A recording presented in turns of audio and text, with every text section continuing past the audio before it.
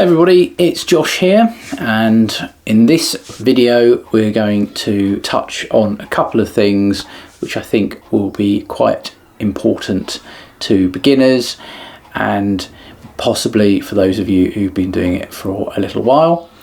And we're going to cover brood patterns, we're going to cover treatments, and we're also going to talk about supering over winter, whether you should or whether you shouldn't, and if you do, how do you do it? Well, first of all, I want to just talk about some of the things that happened at the farm with our own bees, what we've been up to. Last time we checked in on those hives, if you remember, they were very, very busy.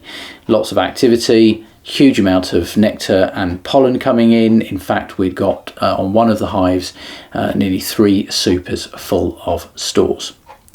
So Roger, in the meantime, has extracted, as I'm sure many of you have done, extracted that honey and taken it away, and then returned those wet supers, frames and the boxes back to the hives for the bees to lick dry, and then you can store them as you wish. So the first thing is, at the moment, don't panic if what you're seeing in your hives is looking a little bit like what we've discovered at the farm just a couple of days ago, and that is very thin amount of brood, very few eggs.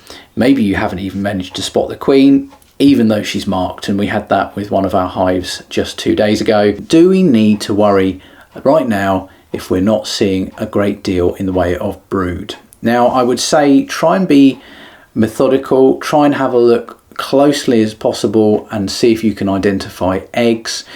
Are you seeing young larvae, and are you seeing, is there a reasonable amount of capped brood?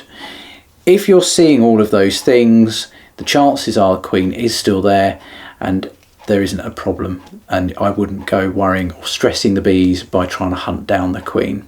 Right now, things are changing in your hives, and that is because winter is coming and temperatures are dropping, day lengths are shortening, and the bees are very, very aware of this. They know that very soon the winter will be here and there won't be an abundance of food for them, and they need to go into getting their larder full and making sure they've got all of the appropriate stuff that they need to survive the winter. In theory, what should be happening now in your hives is the following.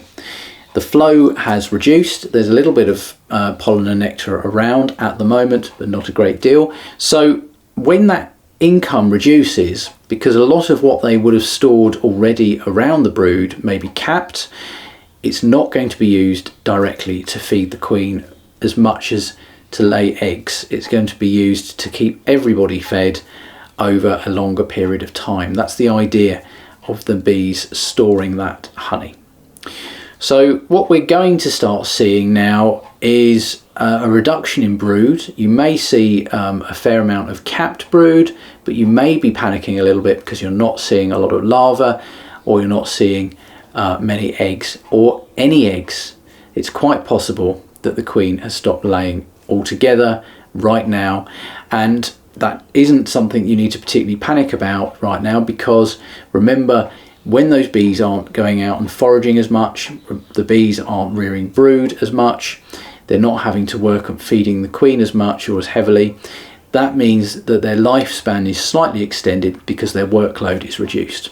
So those bees are not going to die particularly quickly, and therefore nature has its way of working around this slight dearth that we can see at this time of year.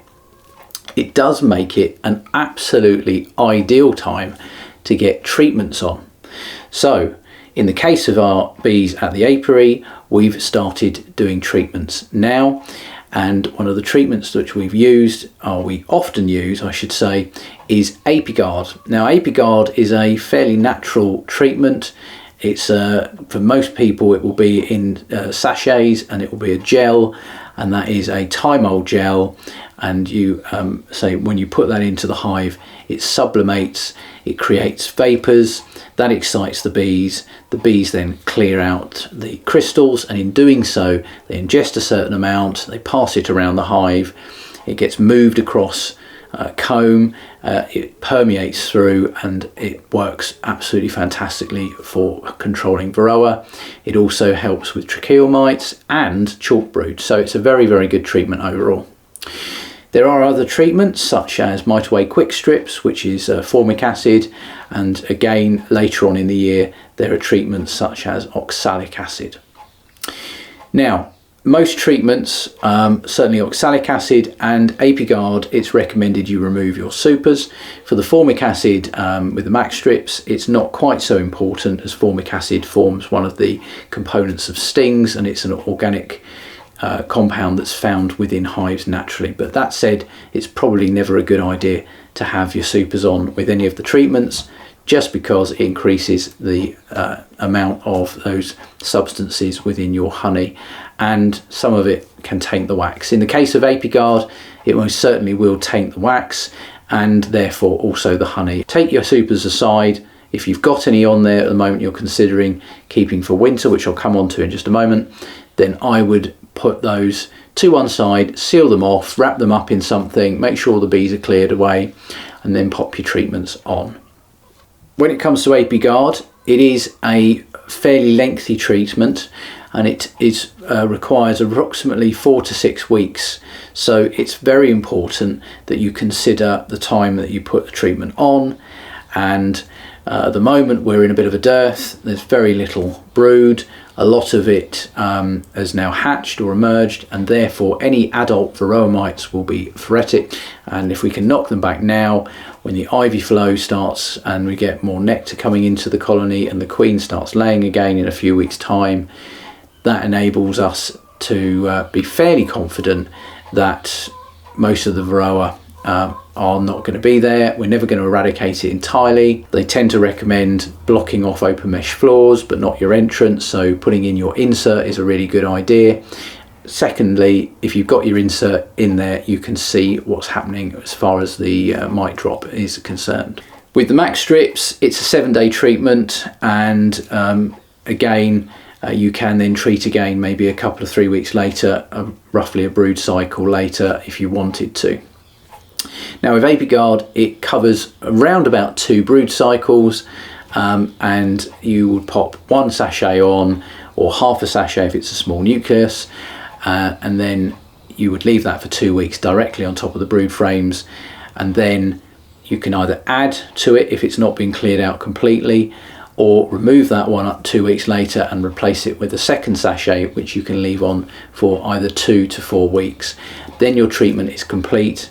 You can then return your super if you wish to super over winter, or you can then close the hive down and leave them to it and just keep a close eye on things such as food. So brings us on to supering over winter. Again, it's something I'll probably touch on a little bit more later on in the year. But if you have got a super at the moment, or you're inclined, or you have left a super for your bees, then when you do your treatments, keep that aside and then pop it back once you've finished. Should you use a super over winter if it's got loads of stores in it? It's no bad thing to do, and from a beginner's point of view, it's probably a really smart move, in the sense that you don't need to panic quite so much about your bees being hungry over winter and starving. However, that said, there are a couple of things to consider if you're going to pop supers on top of your hive, and the first one is, don't assume because you've put a super on your hive that's got stores in it, and there's a very few stores in the brood, that will be sufficient. It's reckoned that hives in most moderate climates, such as here in the southeast of the UK, would probably want around 20-25 kilos, maybe 30 kilos of honey to get them through, right through the winter until spring. Now, you can't get that much into a super box, and if the brood box is very, very empty of stores, then I would highly recommend you probably feed them and let them fill up the brood box. Again, with food, make sure it's concentrated towards the centre, and it all marries up quite nicely with the brood underneath. Don't have empty frames between full frames, because when it's very, very cold, the bees may not move far enough to one side, and therefore you can have something called isolation starvation. It's also important to mention here at this point, do remove your queen excluder. Don't leave a queen excluder in if you're going to have a super on top. As I say, when the bees move upwards, they will leave the queen behind. They will go and get the food. She will starve and she will chill and die. And that is the end of that colony. So be aware, don't put a super on top with a queen excluder.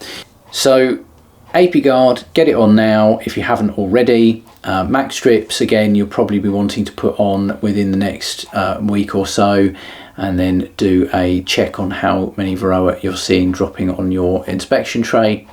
There's a really useful tool at Bee Base, which is part of the National Bee Unit. I'll pop a link to it in the description below this video, but there's a really useful tool to put the data that you're getting from your inspection tray in terms of how many varroa you're seeing, the time of year, how big the hive is, etc, etc. And you can then pop that into a nice form online, and it will spit out a number of how many varroa it predicts are in your hive at that time and how imminent treatment is. Now, I would still probably advise people do treatment. One other thing I will say is do your treatments at the same time. You can sometimes, if it's very, very warm, when you put things like ApiGuard on, find the bees maybe bearding on the outside, or it upsets them a little bit at first. The hotter it is, the quicker it sublimates, the quicker the bees get into working into it. And if they do empty that sachet within a few days and you check 7 days later and it's empty, by all means remove it, but don't put your second sachet on until the 2 weeks are up.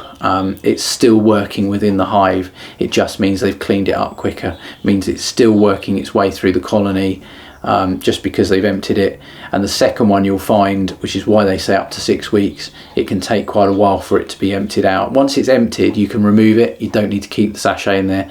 That can just come out, and then you could return your supers back on. So hopefully that gives you all a bit of a indication as to what to be doing at the moment, and what you should be seeing within your colonies. And we hope that there will be plenty of brood in your colonies within the next probably couple of 3 weeks, once the ivy is in full flow, and the queen then should be receiving that nectar, and there's pollen there for rearing those winter bees. And that is a very important time of the year for your colony, because those bees are the ones that are going to get through the next sort of 6 to 8 months, whereas the bees that are around now will have been working very hard bringing in pollen and nectar and feeding the queen and raising brood. They will be very tired, so they do require that changeover within the next few weeks. Otherwise the colony can then go into decline and it can be too weak to get through the winter. They reckon around about 15 to 20,000 bees will assure you a reasonable success rate through the winter. So all the best. We'll see you in the next video.